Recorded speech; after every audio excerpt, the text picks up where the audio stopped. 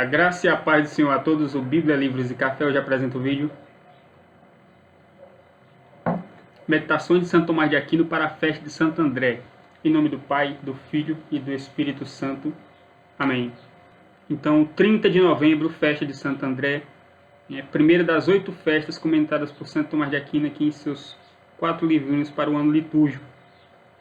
Colocar essa festa em primeiro lugar foi uma decisão bastante auspiciosa, pelas características que apresenta a vida de Santo André, e também pelo tempo em que estamos vivendo, tempo do Advento, que é um momento de expectativa para a vinda do Senhor, a encarnação do Senhor, o encontro com Cristo, Deus encarnado, momento de pregação, e também momento de penitência, que é culminado ali no martírio de Santo André.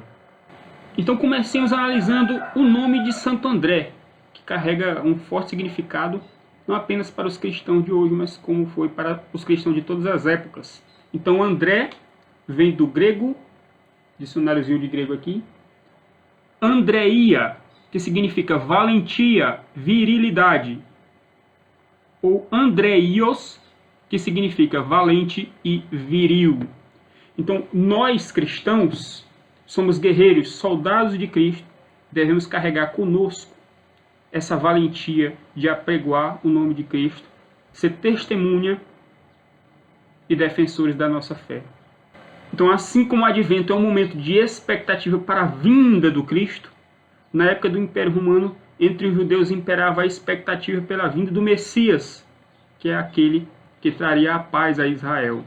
Então, o povo judeu ardia de expectativa. E quando João Batista estava com 2 de seus discípulos, apontou para Jesus e disse: "Vejam, eis o Cordeiro de Deus." Então, esses 2 discípulos seguiram Jesus, passaram com ele um dia inteiro, e um deles era Santo André, que depois de ter passado esse dia, encontrou primeiro Pedro, o príncipe dos apóstolos, e disse: "Encontramos o Messias."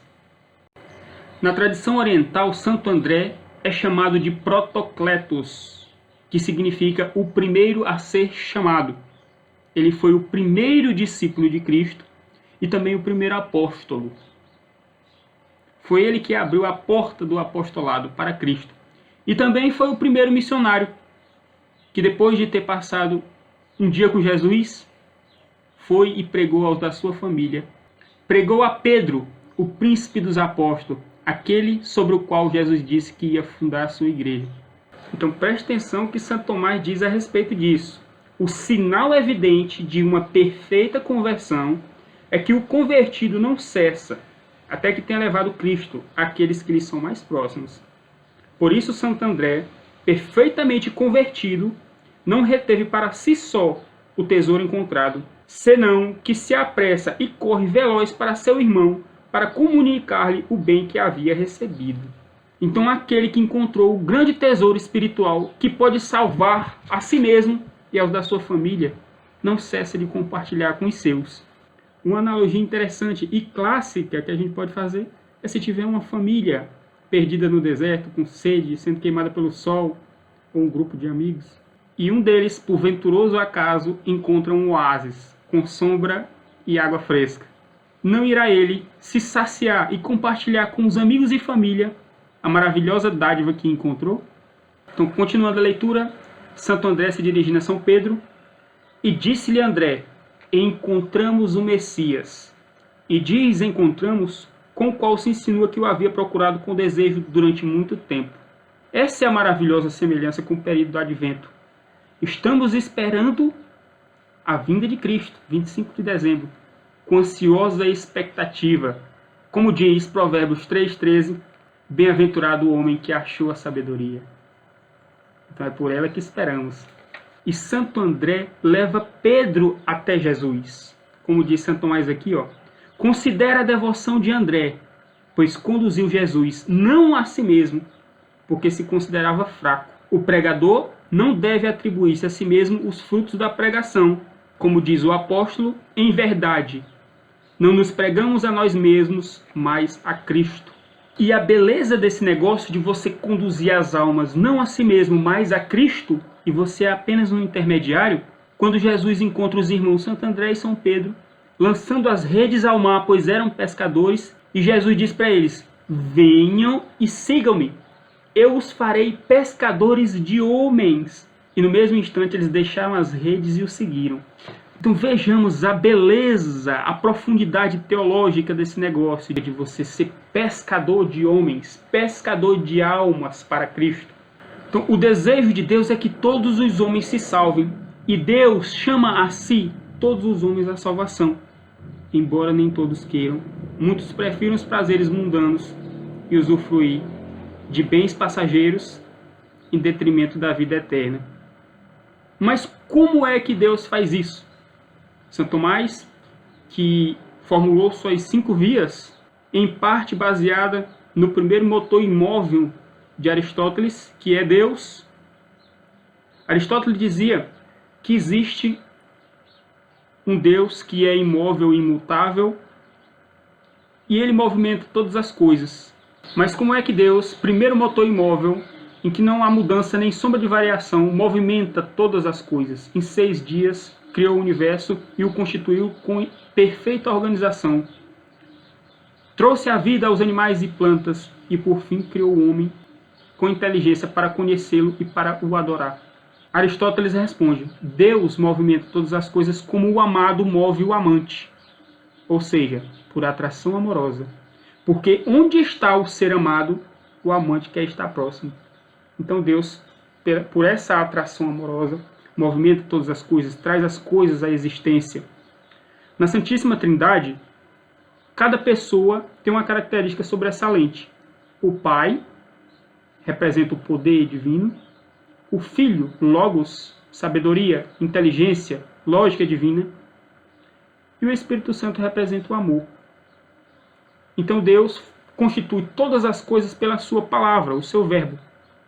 Mas todas as coisas são puxadas à existência por atração amorosa, o Espírito Santo. Por isso, o Espírito de Deus pairava sobre a face do abismo para poder, pela atração amorosa, organizar a terra que era, a princípio, sem forma e vazia. Então Jesus, quando se dirige a Santo André e São Pedro, que estavam lançando as redes ao mar, e diz: sigam-me, eu os farei pescadores de homem, pescadores de alma. Ele está dizendo: venham, eu vou fazer com que vocês participem da obra do Espírito Santo, que é a atração amorosa.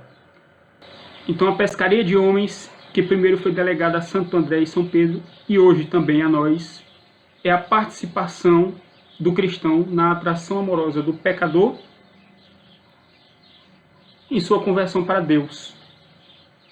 Como Santo Agostinho disse no livro As Confissões, que o amor é o peso que me leva para Deus. Se a gravidade me puxa para baixo, o amor me leva para cima. E quando lançamos a rede ao mar, para resgatar os peixes de vida mundana, os atraímos para cima, em direção a Deus. E percebam, o habitat do peixe é a água, assim como o habitat do homem natural é a vida mundana pecaminosa. E quando puxamos o peixe da água para o ar, o elevamos para a vida com Deus. Então, sair das águas do mundo é morrer para o mundo. E como o advento também é um tempo de penitência, por fim, Santo André também foi mártir. E quão gloriosa honra é sofrer o martírio em nome de Jesus. Santo Tomás diz o seguinte: portanto, há um esplendor especial reservado aos mártires. Então, no céu receberão um esplendor especial.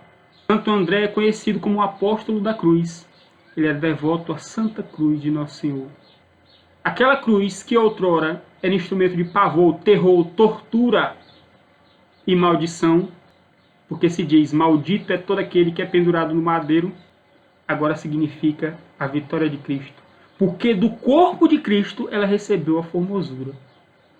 E nós podemos contemplá-la agora com santa devoção. Santo André era devoto da Santa Cruz, a amava e a almejava. Ele queria ser martirizado para assim melhor participar da paixão de Cristo. E todos nós podemos participar. Não apenas sendo martirizado, mas fazendo penitência, jejuns, esmola, oração, pela conversão dos pecadores, pelas almas do purgatório, nós podemos participar do ato redentor de nosso Senhor Jesus Cristo, como fazemos também de outro modo, lançando as redes da pregação, participamos da atração amorosa do Espírito Santo para a conversão das almas. Então não é apenas a nossa pregação que é importante, mas o nosso jejum, oração e penitência pelas almas pecadoras. Então Santo André, que almejava o martírio para melhor se unir a Cristo, foi condenado à crucificação, mas ele disse: eu sou indigno de ser crucificado como nosso Senhor.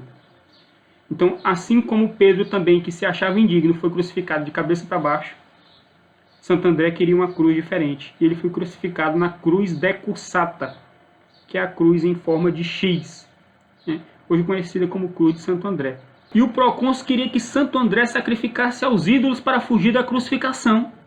E Santo André: não, meu filho, se eu almejo o martírio por amor a Cristo, você quer que eu abdique de tão gloriosa honra? Eu tenho pregado e amado a cruz de Cristo durante tanto tempo, e agora que chegou o momento, você quer que eu abdique de tão gloriosa honra?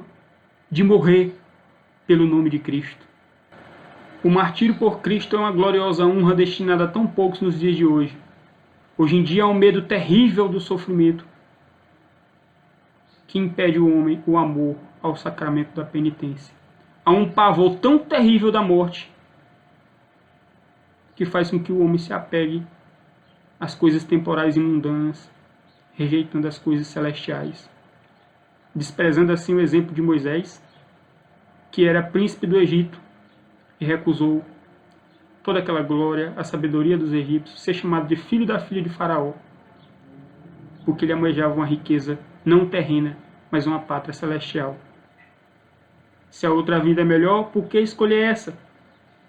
O próprio apóstolo Paulo disse: o viver para mim é Cristo e o morrer é ganho. Eu preferia muito mais morrer e estar com Cristo do que ficar aqui. Mas por causa de vocês, eu ainda tenho essa tarefa a cumprir. E Santo André, que pregava Cristo, Cristo crucificado, pregava a mensagem da cruz, era devoto e amava a Santa Cruz de Cristo. Agora que era a hora dele mostrar o quanto ele amava, não apenas com palavras, mas com a sua atitude de martírio, ele disse: não, agora que eu não posso recuar. E diante do seu martírio, Santo André fala sobre a cruz. Tanto tempo desejada, tão ardentemente amada, sem descanso procurada. Então não tenhamos medo da morte. Como dizia São Francisco de Assis, é morrendo que se vive para a vida eterna. A nossa irmã morte. A bela cantata A Morte de São Francisco, peregrino de Assis, diz que a nossa irmã morte seja bem acolhida, como a gente acolhe o sono depois de um dia bem ocupado.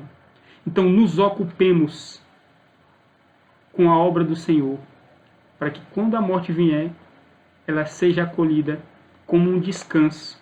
E esse descanso nada mais é do que a pátria celestial, que descansaremos em Deus, na visão beatífica e a felicidade eterna.